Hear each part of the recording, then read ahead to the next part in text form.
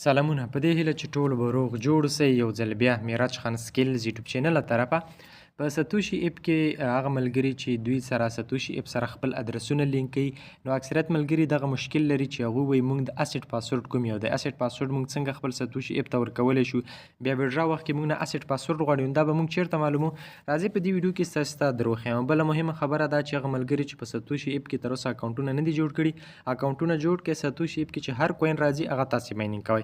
پروجیکټ برخې ته راځئ. پروجیکټ کې تاسې نوي کوینونه چې کولی شئ پیدا کولی شئ. اوس مهال ګوره دغه دوه ایر ډراپ په ساتوشي اپ کې اویلیبل دي، تاسو کولی شئ دا جوین کړئ او کوم کوینونه چې دي هغه تاسې ماینینګ کړئ. راځئ ایر ډراپ برخې ته او د ځای نه کلیم نه تاسې هر په 4 ساعته کې یو ځل راځئ خپل کوینونه ماینینګ کوئ. راځئ په دې ویډیو کې د اسټ پاسورډ باندې خبره وکړو چې اکثریت ملګري وایي چې زموږ اسټ پاسورډ کوم یو دی.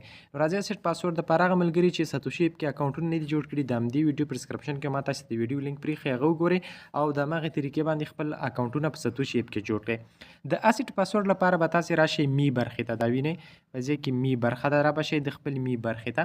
چې کله تاسې دلته راغلی بیا به تاسې راشئ دغه پرسونل سیټینګز ته. صحیح شو؟ دا وینئ په دې باندې به تاسې ورته کلیک واخلئ. چې کله تاسې کلیک واخیست ګوره دلته ټول کارونه تاسې ترسره کولی شئ.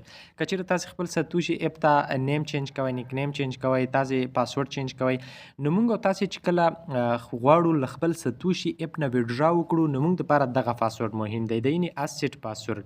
اسټ پاسورډ موږ او تاسې دپاره مهم دی. باید موږ او تاسې خپل ساتوشي اپ کې اسټ پاسورډ شی کړو، اسټ پاسورډ ورکړو. صحیح ده؟ راځم په دې اسټ پاسورډ باندې زه کلیک اخلم. ګورئ چې کله مې کلیک واخیست دلته اسټ پاسورډ کې ماته 3 خانې راځي. هغه ملګري چې نوي دي او تر اوسه اسټ پاسورډ نه دی ورکړی ساتوشي اپ ته، نو هغوی سره به دغه 2 خانې راشي، یوه به دا راشي بله به دا راشي. را به شئ په دې کې به تاسې له ځانه یو نوی کوډ ورکړئ. صحیح شو؟ هغه د ساتوشي اپ چې کوم کوډ مې چې خپل اکاونټ خلاصوئ هغه کوډ مه ورکوئ، بلکې د اسټ دپاره یو نوی پاسورډ له خپل ذهنه جوړ کړئ. صحیح ده؟ څنګه پاسورډ به تاسې جوړوئ؟ تاسې به په دې کې لومړی لکه افغان چې لیکئ که نه ای به په غټ حروف سره لیکئ، افغان به ولیکئ، 1 2 3 دا شمارې به تاسې څه کوئ، 1 2 3 شمارې به تاسې کې استفاده کوئ. نو په دې خانه کې به هم پاسورډ ورکړئ، دې خانه کې چې کوم پاسورډ ورکړئ لاندې په بله خانه کې به هم همدا پاسورډ ورکړئ. صحیح شو؟ بیا په کنفرم باندې کلیک واخلئ.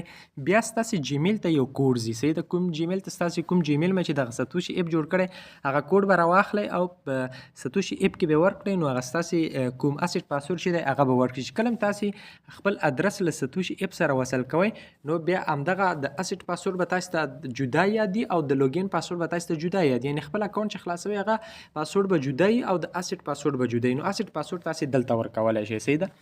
بل هغه کسان چې هغوی اسټ پاسورډ ورکړي او په دغه شکل ورسره راځي، دا وینئ لکه دا څنګه چې تاسې ته ښکاره کېږي.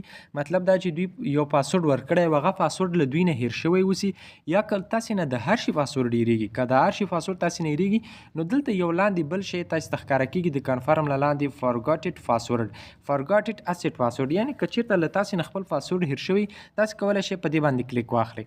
چې کله تاسې کلیک واخلئ ګورئ دلته موږ او تاسې ته لیکي چې تاسې غواړئ چې دا خپل پاسورډ ریسټ کړئ.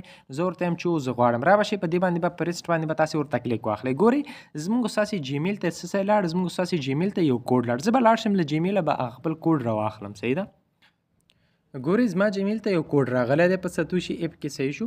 چې کله دا کوډ راغی را به شم زه به دا کوډ له دې ځای نه دغسې کاپي واخلم په دغه شکل سره. ګورئ ایمیل وریفیکیشن کوډ دا مې کاپي واخیست، را به شم بیرته خپل ساتوشي اپ ته. را به شم دلته چې لاندې کوم دې ځای کې دی دې ځای نه به زه خپل هغه کوم کوډ چې دی هغه به ورکړم زما جیمیل ته چې کوم راغلی په دغه شکل به ورکړه. په کنفرم باندې مې کلیک واخیست. صحیح شو؟ چې کله مې کنفرم باندې کلیک واخیسته نو اوس به دلته زه خپل اسټ پاسورډ ورکړم او دلته به همغه پاسورډ به لاندې په دې خانه کې ورکړم. صحیح ده؟